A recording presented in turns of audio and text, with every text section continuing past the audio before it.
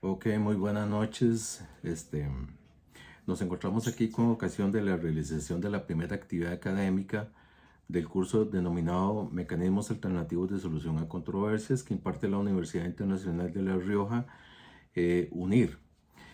Esta primera actividad académica tiene como propósito o como tema central lo relativo a la mediación penal, es decir, a uno de los mecanismos alternativos para la solución de conflictos o de controversias. Vamos a partir de nuestra postura inicial va a comprender a su vez dos hipótesis o dos puntos de partida. El número uno, la aplicación o el ejercicio de los mecanismos para la solución de conflictos implica un abandono o no del derecho al debido proceso. Eh, esta es nuestra primera posición. La segunda posición, la mediación penal privatiza la justicia en el sentido de que solo tienen acceso a ella las personas que disponen de medios económicos. Esta postura inicial la estamos tomando, la estamos adoptando en razón de que como parte del material indicativo para llevar a cabo la tarea, así se nos está pidiendo que lo hagamos de esa manera. Lo primero que creo que es conveniente y antes de entrar un poquito a explicar es el hecho de que hay que hacer una aclaración. Cuando estamos hablando del abandono o no, perdón, de de los principios del derecho al debido proceso, ¿qué se puede entender o qué se debe de entender para este caso?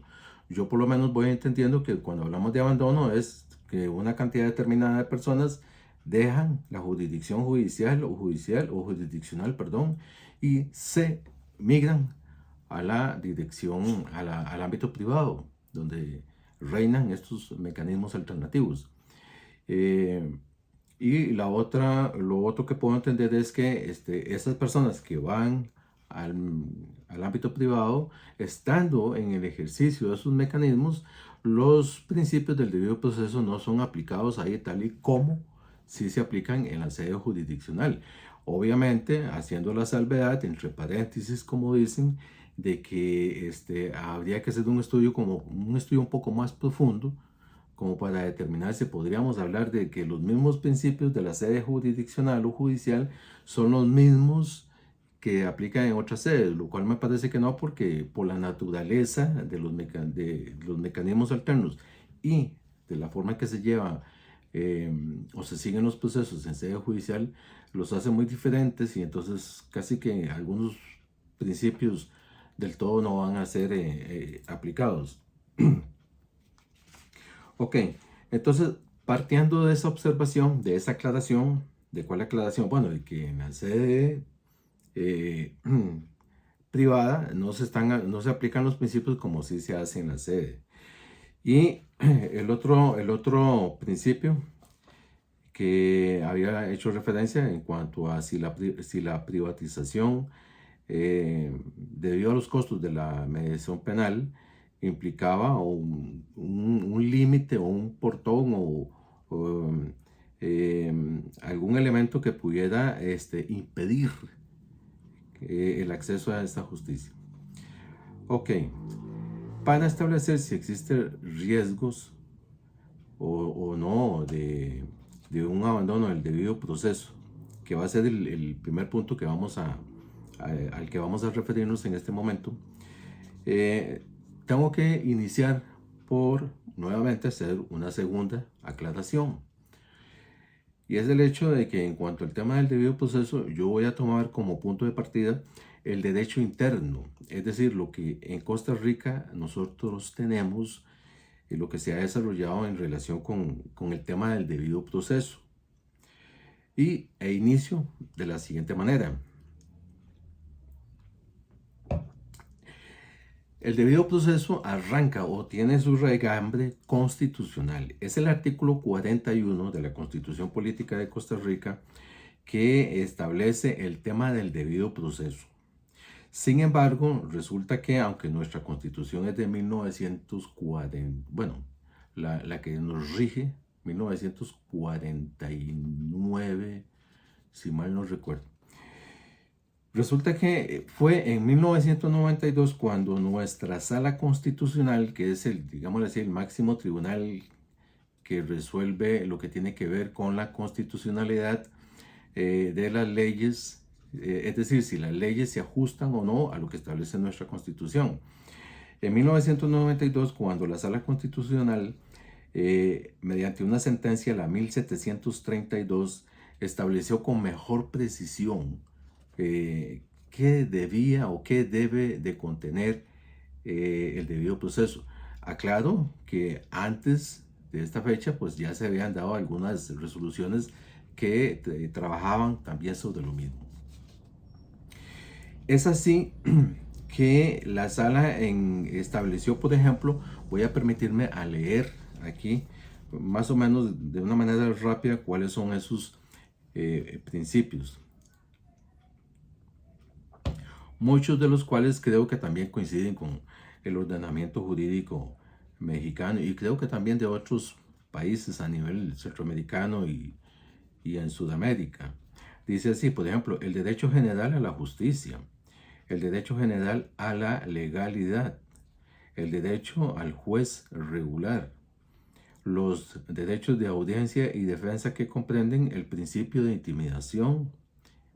el principio de intimación, el principio de imputación, el derecho de audiencia, el derecho de defensa en sí, el principio de inocencia, el principio de indubio pro reo, los derechos al procedimiento,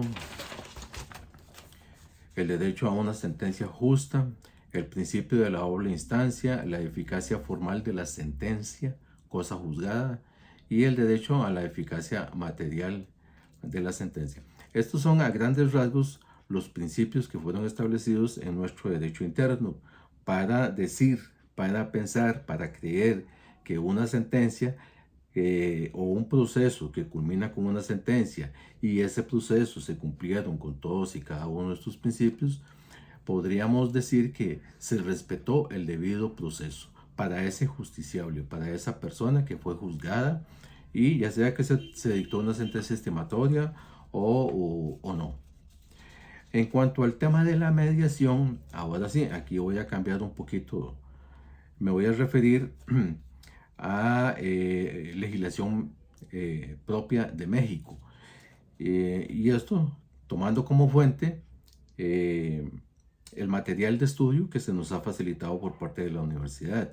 En ese sentido, me permito leer lo siguiente. El artículo 21 de la Ley Nacional de Mecanismos Alternativos de Solución de Controversias en Materia Penal define el siguiente concepto de mediación penal.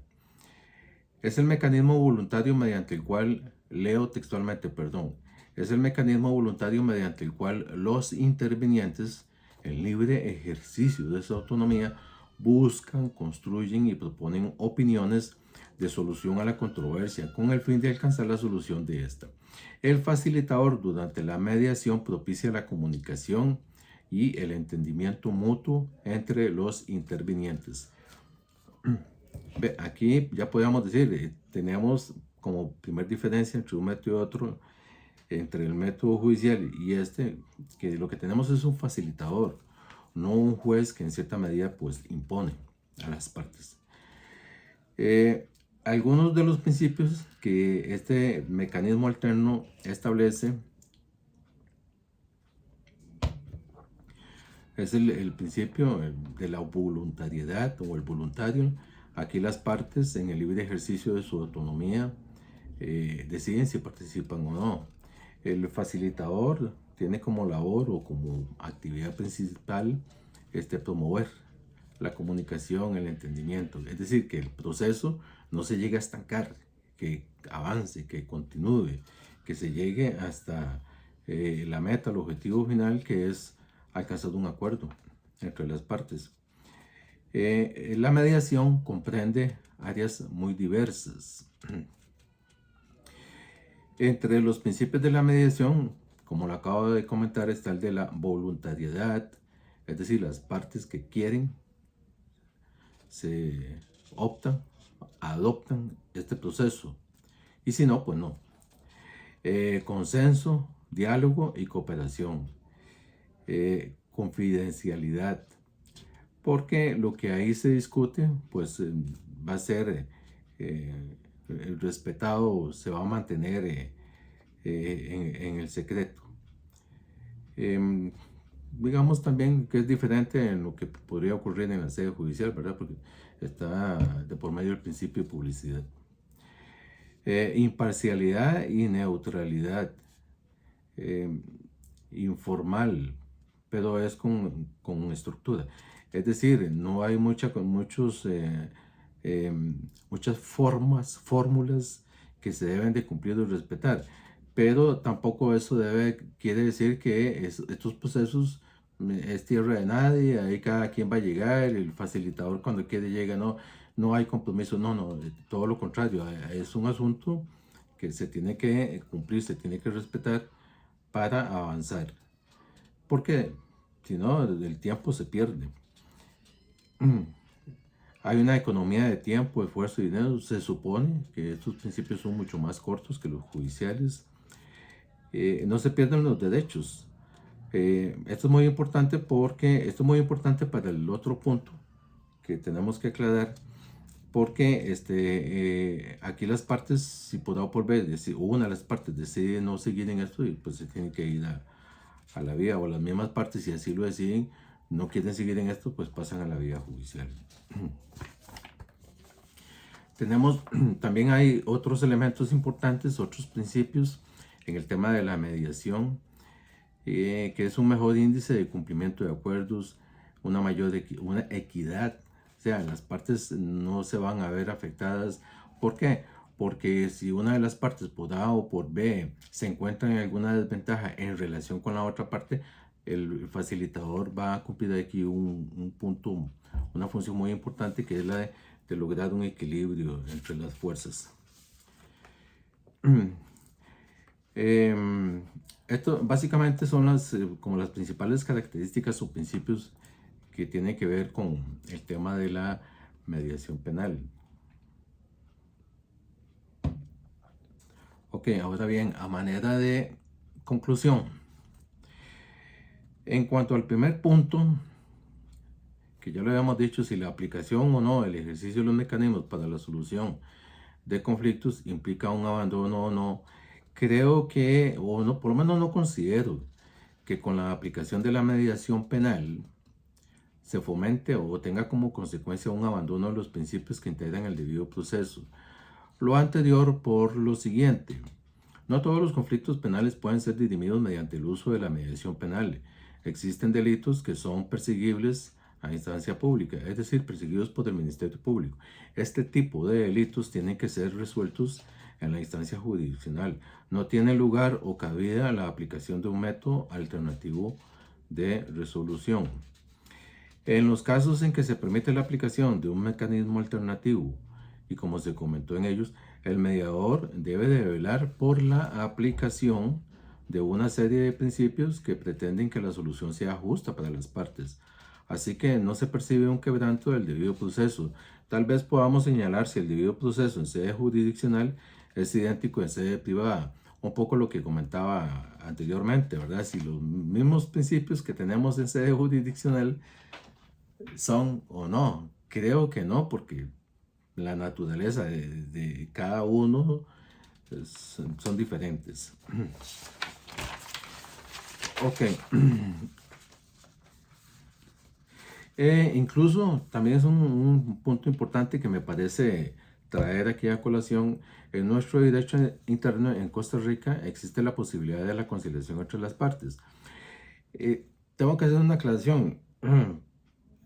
Este trabajo versa, como lo indica al principio, sobre el tema de la mediación penal como uno de los mecanismos alternativos para la solución de controversias. Entiendo, por lo que he hojeado en el material de estudio, hay otros mecanismos. Entonces, en lo que voy a citar adelante, se habla de la conciliación. Hago la aclaración porque si cometo un error, pues pido las disculpas del caso. En Costa Rica, el artículo 36, perdón, del Código Procesal Penal dispone conciliación. En las faltas o contravenciones en los delitos de acción privada, de acción pública, en instancia privada, los que admitan la suspensión condicional de la pena, procederá a la conciliación entre la víctima y el imputado, en cualquier momento, hasta antes de acordarse la apertura a juicio. Entonces, ese mismo ordenamiento jurídico interno en Costa Rica, repito, artículo 36 del Código Procesal Penal, que dispone esa posibilidad entre víctima e imputado. Entonces, como que hay una apertura ya desde el punto de vista jurídico, una especie de apertura, un portillo, para que el proceso no tenga necesariamente que terminar con una sentencia o un fallo. Hasta el final, hice todo, cumplir con todas las etapas del proceso, llegar hasta el final y ya tener una sentencia en papel escrito. Puede ser que antes se llegue a una conciliación, como lo dice el código, y hasta ahí llegó todo, se terminó todo el asunto, porque entiendo que se extingue la acción penal.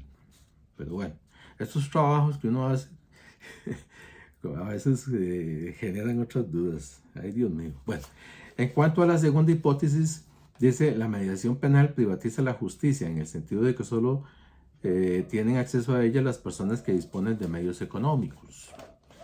Vamos a ver, el acudir a un mecanismo alterno a la jurisdicción no es obligatorio para las partes. Ya lo vimos con base en los principios que tiene este método o que este método respeta. Incluso la vía judicial en algunas de sus materias no priva el principio de gratuidad, como por ejemplo sí ocurre, es decir, sí opera el principio de gratuidad, que es en materia de familia, en derecho a familia.